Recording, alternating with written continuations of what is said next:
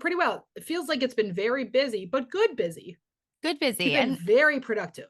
I always have more energy in the morning. I don't know about you. Yeah, Like the we, morning is we lovely. when we record like afternoon, I am a I like pop out of bed Well, in the we also mornings. we also both woke up and worked out and showered, and then it's like, all right, let's do it, baby. Right. It just like gives you, do you pop out of bed in the morning? I guess you have a child, so this is maybe different.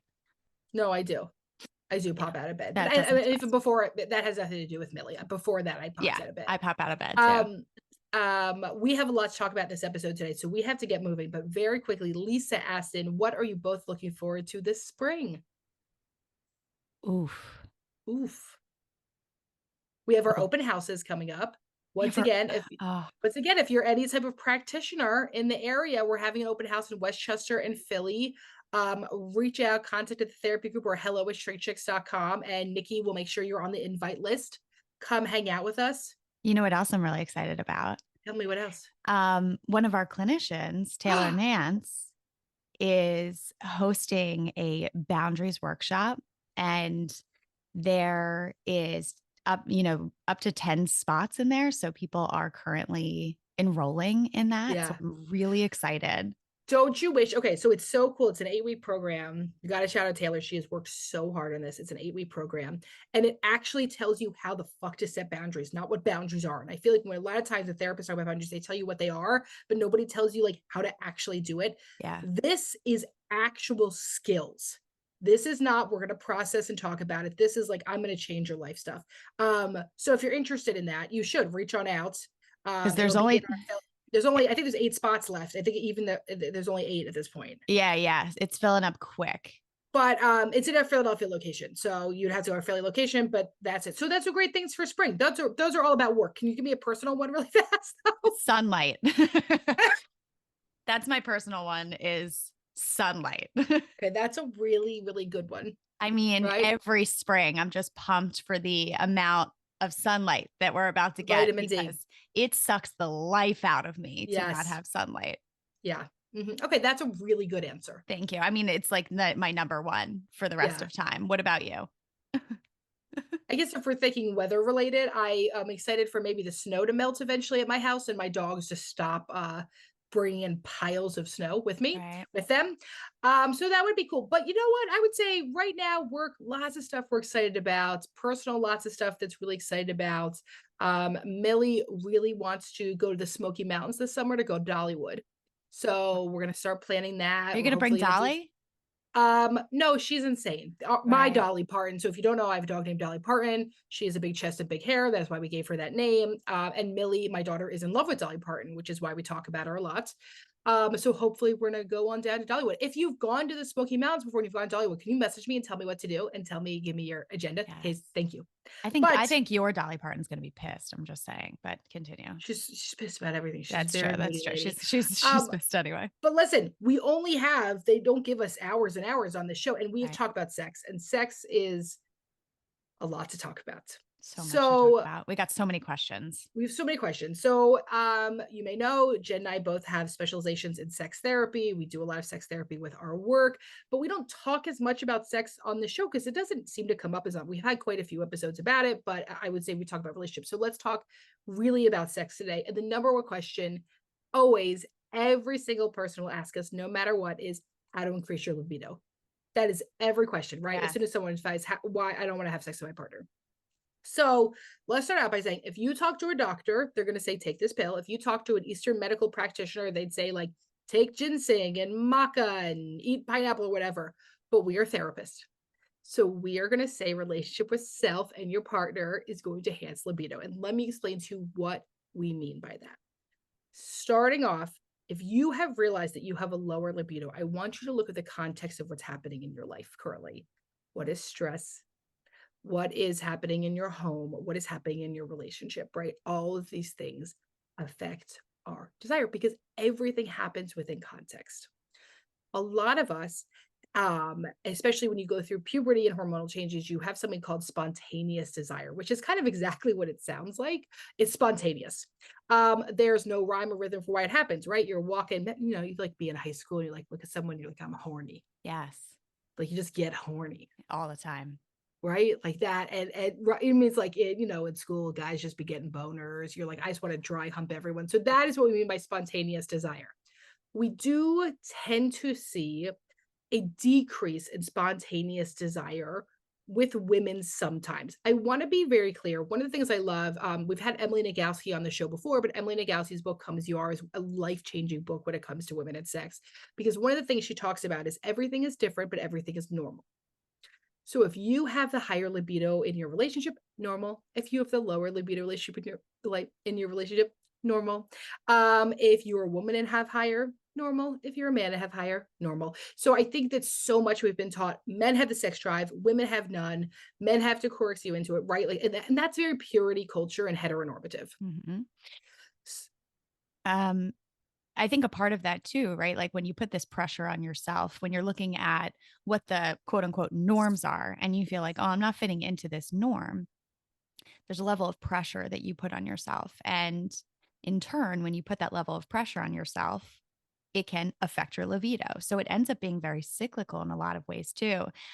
Rosie King writes a really good book called Good Loving, Great Sex. And one of the things she says in it is that women experience 23.5-hour foreplay, which means that everything that happens in a woman's day affects her capacity to experience desire and arousal, which I think is so true and like very poignant in a lot of ways, because the male sex drive, it's more urgent, less distractible, more goal directed. And so I think a lot of the times too, I know we're talking very specifically about, heterosexual relationships, but if you're a female comparing yourself to your male partner, and you're like, well, their libido is much higher. I don't understand why I can't experience, this spontaneous sexual desire like my partner does. You put this level of pressure on yourself that ends up further affecting your libido. Mm-hmm. One of the reasons we're also talking a little bit more about heterosexual relationships is because the orgasm gap, which is the research that tells us that women in straight relationships have the least amount of orgasms, which is not, it's not great. Fun fact. It's not good. It's not a good fact to know, right? Like smacks you in the face with that one. Yes. Same-sex relationships, much better sex. That tells you something interesting, doesn't it? Okay. So let's talk about this a little bit. Okay, so I talked about spontaneous desire. I'm going to talk to you about what most of us as we get older sort of experience a little bit more, which is responsive desire. So spontaneous, once again, is that thing exactly we talk about. It spontaneously happens. Responsive is a little bit more predictable, right? So touching yourself in a certain way is going to make me more aroused. As my partner too, this could trigger the aspect of libido. So the way that we talk about it is that arousal precedes desire. Most of the time we think, oh, I should just feel really turned on. But for most folks, they feel turned on after they have some type of arousal, right? So maybe that is, right. I mean, come on, we saw this years and years ago with 50 Shades of Grey. Right. All of a sudden people be reading and they're like, whoa. I feel something in my loins because you had some type of stimulation, right? So whether you're reading something, whether you're watching something, or whether you are enjoying and touching and having sex with yourself and masturbation or your partner, whatever that looks like. So arousal precedes desire. I want you to remember, if you are one of the people that you feel like you're struggling with your libido and desire, I want you to think about, where is arousal coming into this? If you're waiting to have desire to experience arousal, you could be waiting a while. And let me give you another example. Never in my life will I wake up and be like, I would love to work out today. It's like never, ever going to happen ever in my life. I don't like working out. It's not for me. But you want to know what? When I'm there, I actually really do like it. Afterwards, I'm really glad I did it. And so this example is, how did I make more of a routine and a ritual with exercise that made me feel good and that there wasn't pressure around? Because when we start to talk about this expectation with sex, expectation to have an orgasm, all this stuff, the way we said is you put the pussy or the penis on a pedestal. It's too much fucking pressure. Yeah. Yeah. Yeah. And when you put that level of pressure on yourself, what happens? You don't want to do it. You don't want to do it. If I say to myself, I have to do this, I have to do this, I have to do this, I don't want to do it. Right. And I love what you said about a routine. And because I wonder if people are listening and they're hearing the word routine and they're like, oh, that like does not sound sexy. And the fact of the matter, it isn't. And I think there's, I think, Not, but most things about being an adult are actually not sexy though, right? right. But I think there's always this comparison to the beginning of a relationship of like, why don't I have this desire in the way that I once did at the beginning of the relationship? And the fact of the matter is it's not the beginning of the relationship anymore. Yeah. Or why doesn't my partner, right? There was quite a lot Right. of people that wrote in about feeling rejected by their partner's lack of libido. And this is really tough, especially for those of us who were socialized and raised as women, that and you're in a heterosexual relationship, you were told that men want to have sex with you all the time. And you've been sold this very incorrect myth that makes you feel like, well, then I must be the problem. It sort of messes with us. Libido can ebb and flow, and gender really doesn't affect this at all. So one, I have a few questions. If you're struggling with talking about sex in your relationship, or you're struggling with bringing this up to your partner, I want to know, one, how are you talking about it, and how do those conversations go? So as therapists, we talk about process versus content. You never have sex with me, or you never want to have sex, or what is about me, as opposed to, hey, I've noticed we have been having sex less in our relationship. Is there anything going on? What can we do to work on this? It Curiosity, not judgment. it opens up the conversation. I think the reason why sometimes we approach it in that way, right, is that it feels so personal, right? We take it really personal when our partner has a lower libido. We Why do you think feel, we do that? I think because it's such an intimate experience that we're having, and sex is, the reason we have sex, there's so many reasons we can have sex that isn't Yeah. just pleasure, right? So connection, stress release, like there's so many, we feel closer to our partner. There's so many reasons, and it's such a vulnerable experience. And so if you're someone who has the higher libido in the relationship, your partner has a lower libido, because in reality, you will most likely never match up in Mhm. your libido. It's pretty impossible. Um, and so for when your partner has a lower libido over and over and over again, I think we want to protect ourselves from the possibility that it's us, right? And so we come at it very defensively, and it starts to infuse a level of anxiety in the conversation around sex, as opposed to looking at it as, okay, wait, what if this is not about me, right? What if my partner had really stressful day, they're going through a lot at work, like something's happening with their family, like what if those things are affecting their libido and it's Mhm. not necessarily about me? Because when we approach it and come at it as, this has to be personal, this has to be something about me, then we come at the conversation, once again, it is infused with a level of anxiety. It starts to, you know, suck out your ability to communicate about sex in your relationship. Yeah. Um, it's interesting, guys, thinking about an activity someone could do when they're listening to this is like, I want you to think about what was the most satisfying sex you've had and what's the least satisfying. Because it's funny when you were talking about, right, like the reasons we have sex is like, I was thinking about when I was going through fertility stuff, Yes. procreation, worst sex Can't even imagine. I've sounds ever had sounds rough. is taking Clomid, which made me like the most unstable I think I've ever been in my life. I saw you go And then somewhere else in your mind while I was saying that. I was like, man, like having sex for procreation was so unsexy. Yeah. And like, we give this advice sometimes to people of like, oh, well, can you make it fun? Can you make it playful? God, sometimes it's just like, what? And so it's hard. So then, like, during that time, I was so resentful because I was being so disappointed by sex. It was so hard to want to have it. Yeah. It was on a schedule. You know what I mean? Because also, like, before there's like all this stuff when you're trying really hard to get pregnant, you're like, okay, well, we can't have sex these days up until, because you want him to keep his sperm. Like, it was such a wild thing, Yeah. and the least sexy thing I could ever imagine. Yeah. But I want you to think about the most satisfying sex you've ever had. What was happening for you? Yeah. What was the context? What were you wearing? What were you smelling? What was going on in your relationship? Right? Like, and it doesn't have to just be with the partner you're with now. I'm asking the most satisfying sex you've ever had. And then you can also think about the most satisfying sex I've had in my relationship. Yeah. And I like what you're saying about the context of it, to think about too, if we're talking about how, specifically for women, if they experience 23 and a half hour foreplay, like what was going on in that day, right? Like, was it was there less chores to do? Was there less Yeah, on your mind? Like, was the mental load low?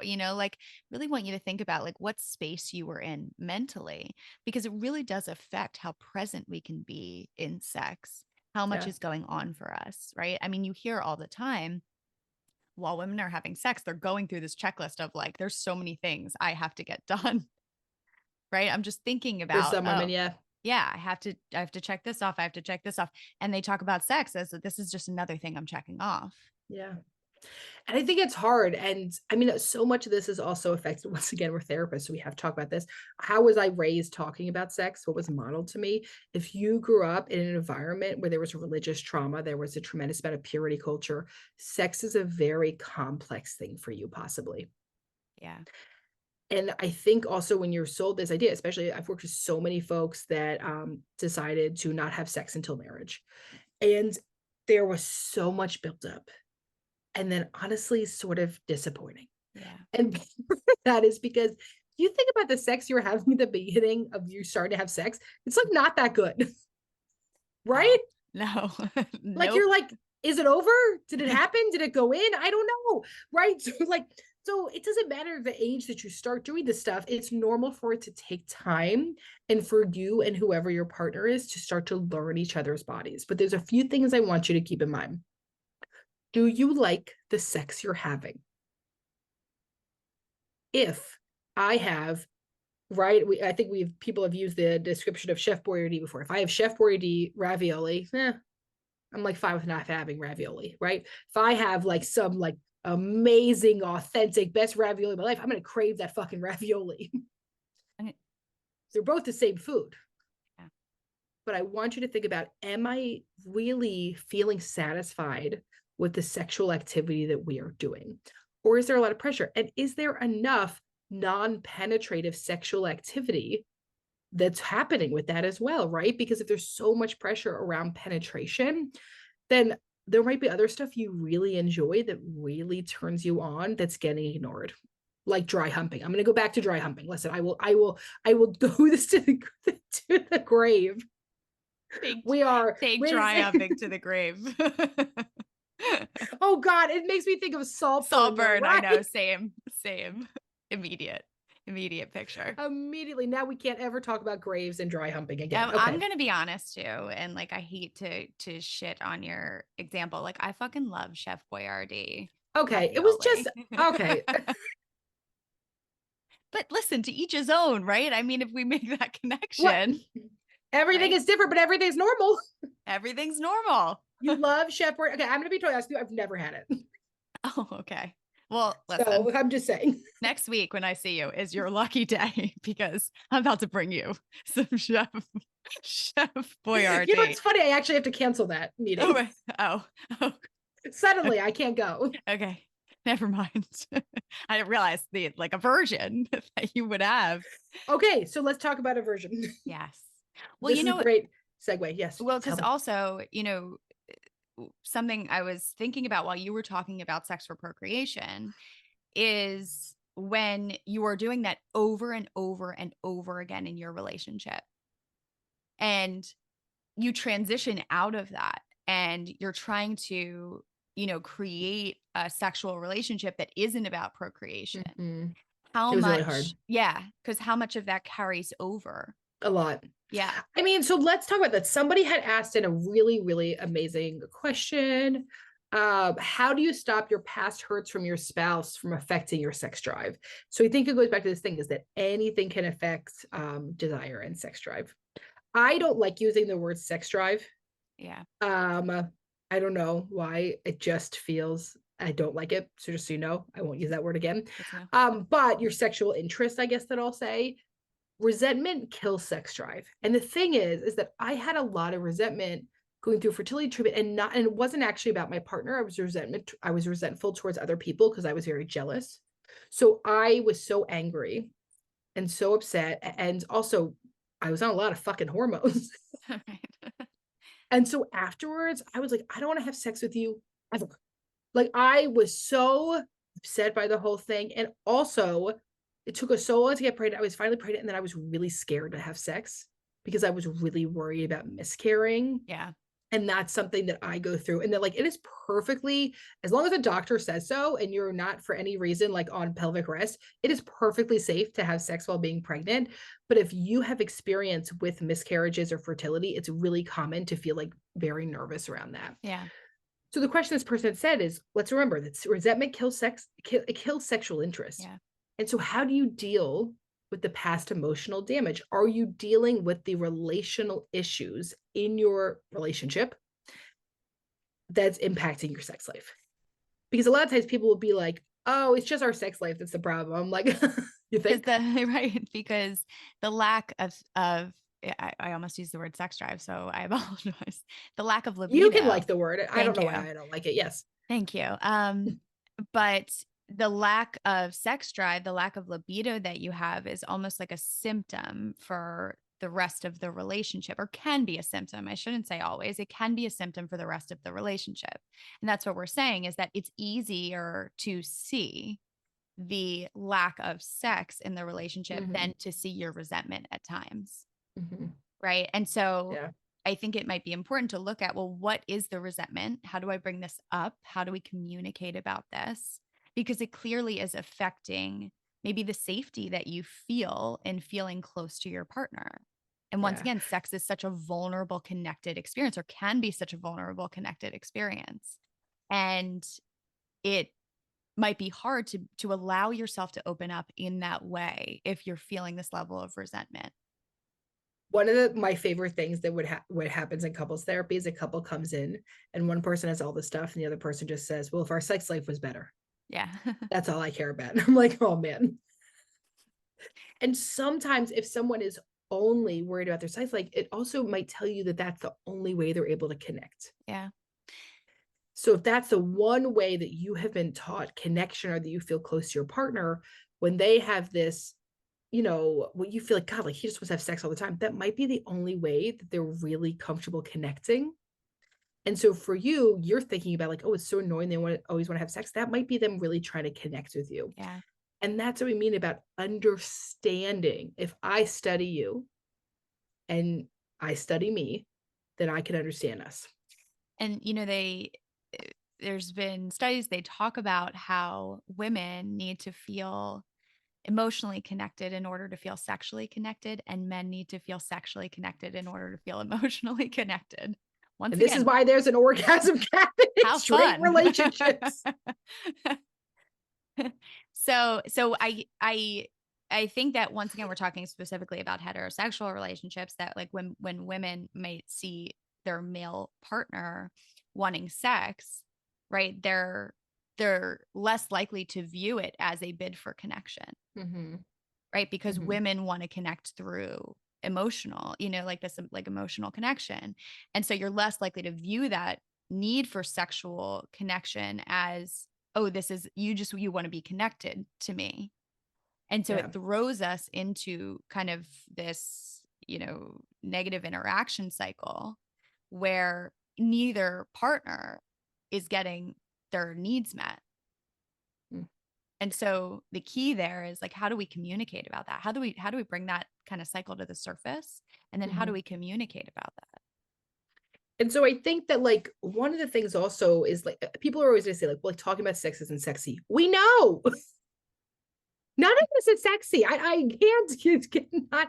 But the nice thing is once you've communicated about it, it can be sexy because you're on the same page, right? So once we've understood here, a lot of people say like, oh, I don't know how to ask for sex that's not in a rejecting way, right? Like I'm worried about asking for sex. I've gotten rejected so many times. I've worked with couples that have figured out ways to ask each other that feels safer in nonverbal ways, right? So maybe that we've used the example before, we have a sex candle. One person lights the candle, it means they're interested, and the other person gets to keep it lit or blow it out. And once you have talked about this and figured out what works for your relationship, it doesn't have to be this clinical conversation. Yeah.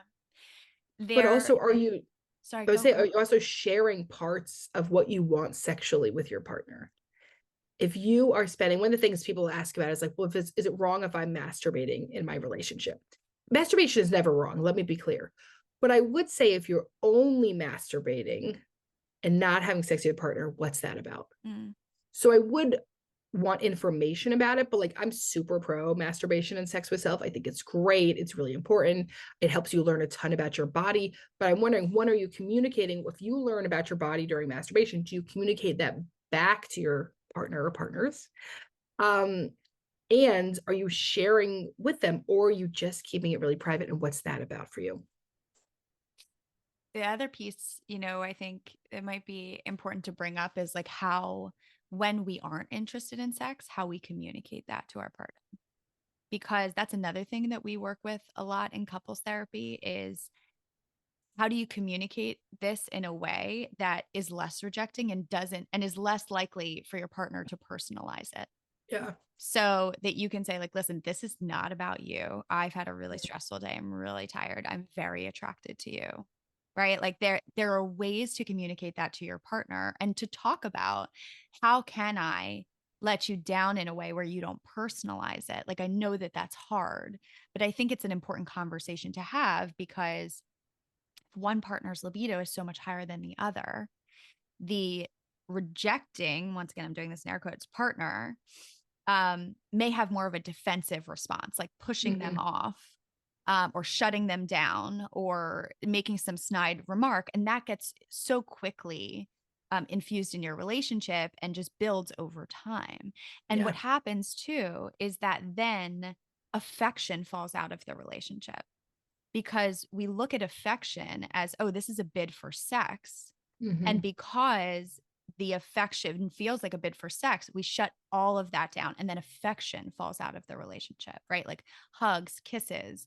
And so even just taking sex off the table to start to reinfuse affection into the relationship, to understand this doesn't have to turn into sex, right? Like kissing, hugging, touching, all of those things don't have to turn into sex, but it's also important in order for you to feel physically connected to your partner. So that's Yeah. another thing to think about, because that's something we see all the time, is that when there's a partner's libido is lower, they also reject any bids for affection. Yeah. And that can be really hurtful for the relationship too. A ton of people wrote in. So let's talk about that for a minute, right? Let's go a little deeper at that, because so many people wrote in about, I have a higher libido than my husband. And there's a lot of people. I think here's the thing. We have such an expectation for what we think men should do with sex. Yeah. And we have been sold such an incorrect idea about sex and sexuality. But I think men have also been sold this, and so that they can feel a ton of shame. Yes. And I think with shame means avoidance. And so it's harder to have these conversations, and it might be harder to bring it up. So I would say to you, how do you talk about hard stuff in your relationship? This is another hard thing that just happens in relationships, and that is okay. How do you and your partner talk about hard shit? Mm-hmm. And it's not, I think sex is probably one of the most, sex and money, difficult topics to talk about. I would throw in in-laws. And in-laws. Sex, Right? money, in-laws. Yes. Yes. I would throw in-laws in there, and I would say Yeah. that would be my trifecta Yeah. that I would talk about. The I don't know difficult what the research is on that. combo. We Trifecta. might be wrong. We're just saying from lived experience. Okay. Right. Uh, Right. I wouldn't um, disagree with that. Let's see what else we uh, got. yeah, yeah. Can I ask you a question? Keeping your sex drive after having a kid. Yeah, this is a fucking shit show, man. Yeah, I had to be. Okay. Once again, we talk about sometimes sex is not sexy. You have a child, trial goes down, you have to pump afterwards, got to freeze the bottle, got to get it ready for the next day. You're fucking tired. You don't know if that kid's going to wake up. None of that shit is sexy. One of the things I like to prepare couples for, and this is why having pre-conversations are helpful, is absolutely, almost, I would say 95% guarantee, if you're one of those 5% that this doesn't happen to, fuck yeah, enjoy your life. Once again, not everything applies to everyone. Don't make this about you. But if you're those other 95% of people, your sex life is going to get hit after becoming parents. And talking about that beforehand, how are we going to handle this? And here's the thing, you can have those pre-talks, and the pre-talks are very important, but you cannot prepare yourself for the actual level of exhaustion that having a child is. No matter how much I do this shit as a living, I worked with a million moms, and then I became one, and I was like, oh, that was funny that I thought I could help people, and I didn't know. Like, it was so bad. And so I think it's hard. This also means what happens if you have a child who has disabilities, who has colic, who has allergies. It can affect everything. So the question is, this is when we talk about what's the support we have and what's the stress reduction we have. Do I have enough support in my life? Do other people take my kids from me for the night? Do I go to a hotel for the night? Am I able to, even for some folks, they have to find that it's better to have sex in the guest room, away from the monitor. Am I willing to put the baby monitor away when we have sex? And what is it? There's also so much we can't talk about sex and confidence without talking about body image. There is a large body image transition that can happen, sometimes positive, sometimes negative, sometimes neutral, after having a child. And so I think you also have to look about like what's happening for me. Lots of folks also end up on SSRIs after having kids. SSRIs can absolutely impact your libido. So one of the things to keep in mind is, hey, I know that it's harder for me to have spontaneous desire, or I know that it is harder for me to orgasm. So one of a few things. Why is it so important for us to orgasm? It's a goal-oriented idea. And for some of us, if you're on meds that make it truly, truly difficult to orgasm, you might have to say, what other sexual things do I find really pleasurable that aren't necessarily having an orgasm? But it's true. Your sex life will change after having kids. Some people I've heard change for the better. They're even more attracted to their partner. I will say that like 2 days after I had Millie, I was so attracted to Aaron, seeing him step up in this way. And then it went downhill really fast because after like the first So shame because you could after have like used shame you could have like used that, at the time. it went down really fast because then like like when you first have a kid, they're kind of like these potatoes and they don't really do much. Yeah. So you're kind of like, this is so easy. And then like a week later, like, what? They woke up. Really slaps you in the face. But it's also, I was really lucky. I had a good birth. I didn't experience birth trauma. I wasn't healing from a C-section. I didn't have tearing, right? Like it is really different for everyone's experience. Yeah. So everything's different and everything's normal. Yes. I think this is interesting because, I just want to tackle it and I wonder if other people are thinking it.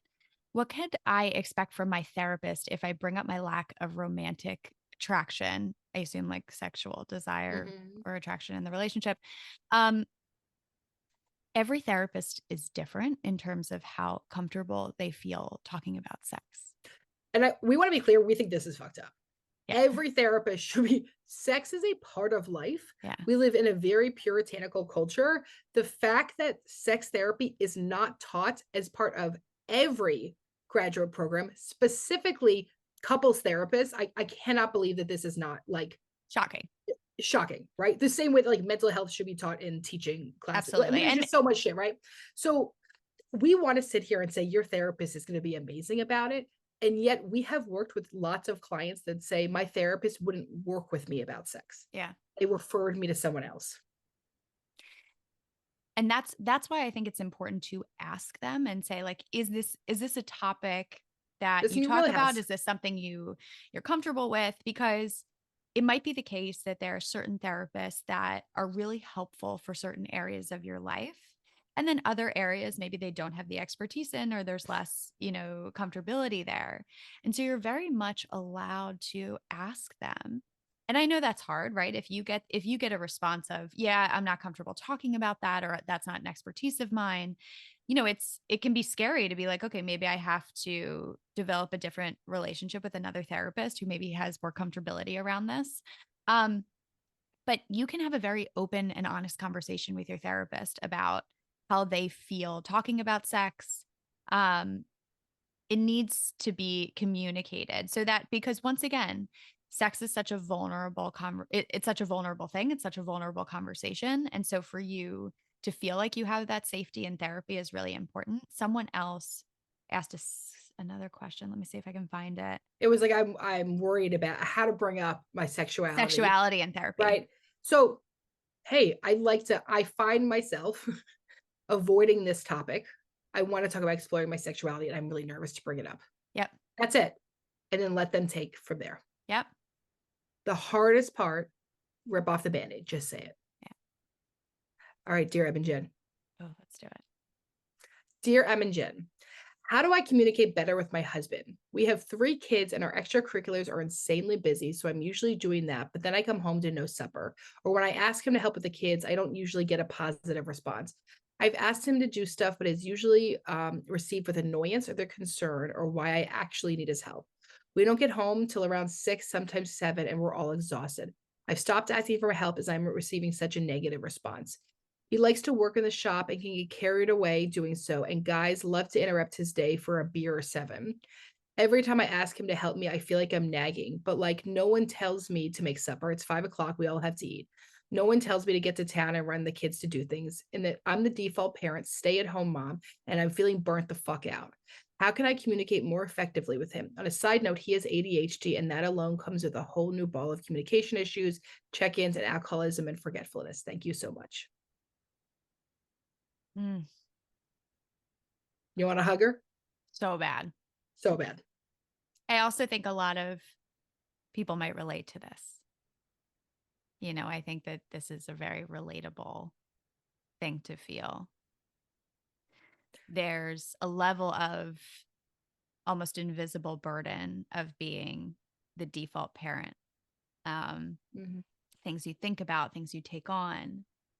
And it's hard. You know, my first thought, which I don't even think is helpful, is how helpful couples therapy would be. You know, and Yeah, that's I why don't know if this person, that's yeah, what if he's interested. that's what I'm saying is like, I know that that's not helpful. Yeah. Here's what I would say. What's your boundary? What's your bottom line? Yeah. If he never changes, if this never changes, what does that mean for you? What do you have to change? It might have to be my kids are in less activities. Yeah. If this doesn't happen, I want your husband to wake the fuck up and Yeah. see how much you're doing. I would like to come to your house and tell him that. But if it doesn't change, what does this mean for you? What is your bottom line? And if the bottom line is this is unsustainable, I have to leave, then that's what you're going to have to say. If this doesn't change, here's what I'm going to have to do. Nobody wants to get divorced. Nobody wants to separate, right? Like nobody wants to be like, I want to like, have my kids have in 2 different houses unless it's bad enough. Yeah. So the question is there, and what would it be to say to him? Listen, if you're going to go out, you're going to tinker in the shop, that's one thing, but here is exactly what I need. Yeah. Maybe you're going to have to meal prep on Sunday with me together. I also wonder how much have you communicated what's underneath these needs, right? Like the feeling of being burnout, the feeling of feeling alone, feeling lonely, feeling overwhelmed. Sometimes we, instead of communicating that, we say like, can you do this? Can you do this? Can you do this? Whereas for you to be able to say, listen, I am feeling so alone. I'm feeling so overwhelmed. I really need help. Can we have a conversation about what that looks like? Because this isn't sustainable for me. I'm really struggling. And that's why I say like, I would hope that opening that door for that level of communication, that your partner could hear you the more you say that. And then, if they are able to hear you, great. And then you could work towards a solution. If they're not able to hear you and you're communicating this over and over, I'm really lonely, I'm really struggling, I really need help. Let's talk about what we can do together. And then there's no response to that. I think then that's another conversation of, once again, where's my bottom line here? And the question is, relationships only change when it gets bad enough, unfortunately. Yeah. In some ways, this setup might work for him. Sure it does. Right? I mean, I don't know. I love the idea of just like tinkering in a shop, having a beer or 7, right, fucking around my friend. Right. Yeah. Like, I don't know. It sounds kind of great. So like, what's the motivation for them to change? It's going to have to come from you. And that sucks. It sucks that you're going to have to be the bigger person. But that is unfortunately how it is. So I want you to think about, can you hear my mom's dog coughing? Like, slightly, slightly. One, cut this Chloe. out. All right. So for this person, we love you. We're thinking of you. We want to give you a big hug. Yeah. Thank you so much for tuning in to today's episode of Shrink Chicks. We'll see you back here next week for another session. In the meantime, if you want a question answered or a topic discussed, follow us on Instagram at ShrinkChicks. And if you're looking to get connected with a therapist like us to start or continue your therapeutic journey, visit thetherapygroup.com. Just fill out a contact form on our website, and we will personally match you with one of our amazing therapists. And for all of our therapists and group practice owners out there, we also offer group practice consulting. And if you're looking to support yourself further and support our show, check out our amazing merch options at shrinkchicks.com/merch and our Know Yourself, Grow Yourself journal on Amazon. Also, if you'd be so kind, we'd love a rating, review, and for you to share with a friend or an enemy or a mother-in-law, honestly, whoever needs it, so that we can keep reaching more people on our mission to bring mental health topics to your ears every week. Thanks for being here with us. And don't forget to grow yourself. You got to know yourself.